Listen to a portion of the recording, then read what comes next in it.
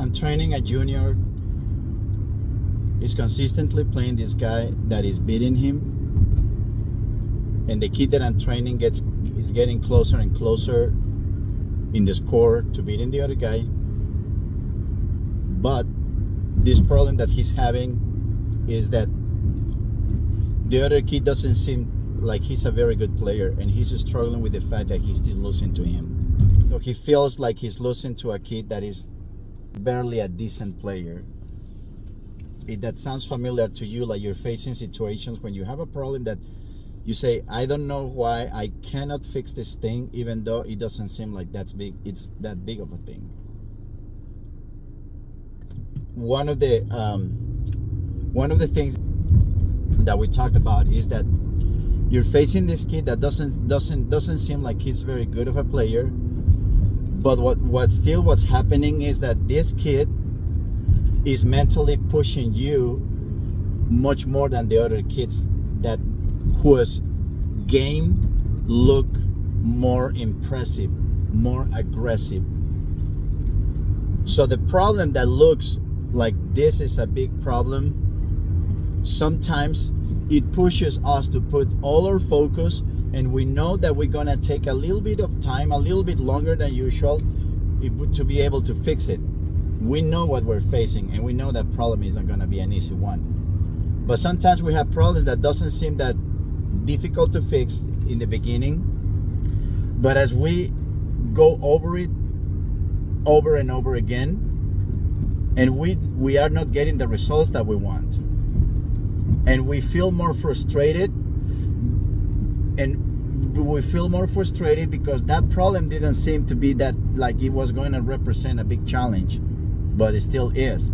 And one of the big challenges of problems that doesn't seem to be big problems is that from the beginning we get a little too confident that we are going to be able to solve it pretty quickly.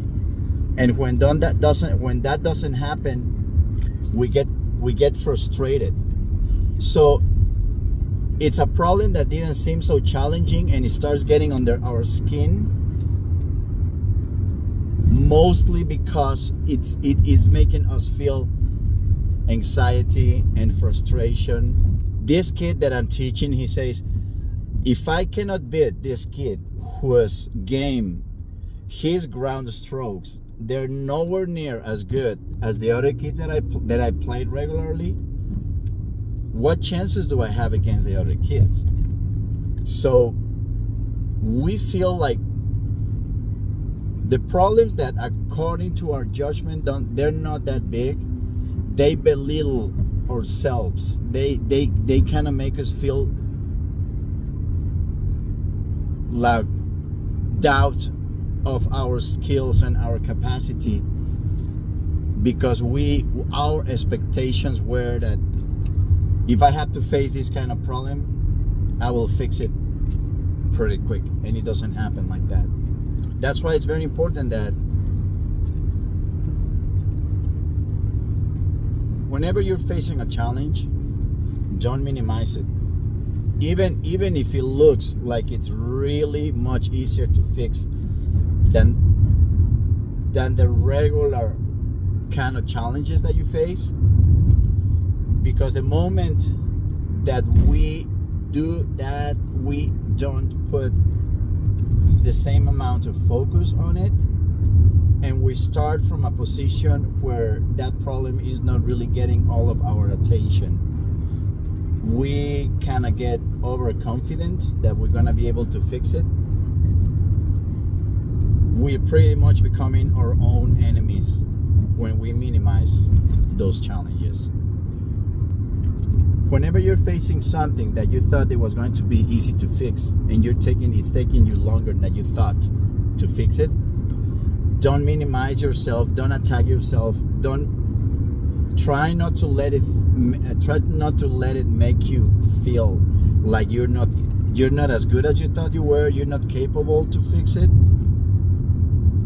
because that's usually what's going on there. Is that is just our usual response to situations when things don't go our way. Remember that we usually, the first response that we have is that we attack ourselves. So whenever you start telling yourself all those things, like you're not good enough, you're not gonna be able to fix it, all the training that you have done and you haven't learned much, whatever it is that you're telling yourself, just remember one thing: you gotta have that self-awareness to catch yourself having that kind of destructive self-language and say, I'm just gonna let my mind let it all out, say whatever it has to say,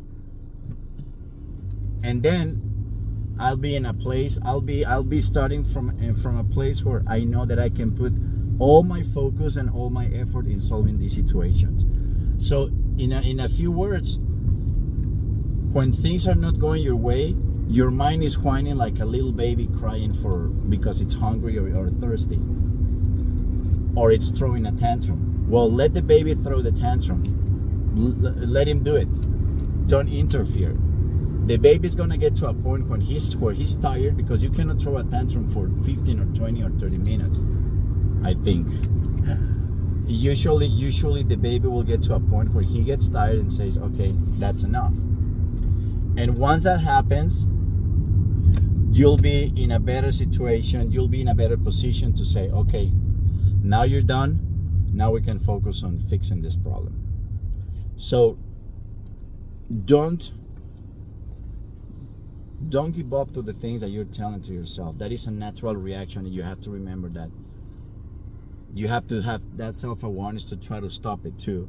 But you have to remember, usually when things don't go my way, it's very common that I start attacking myself.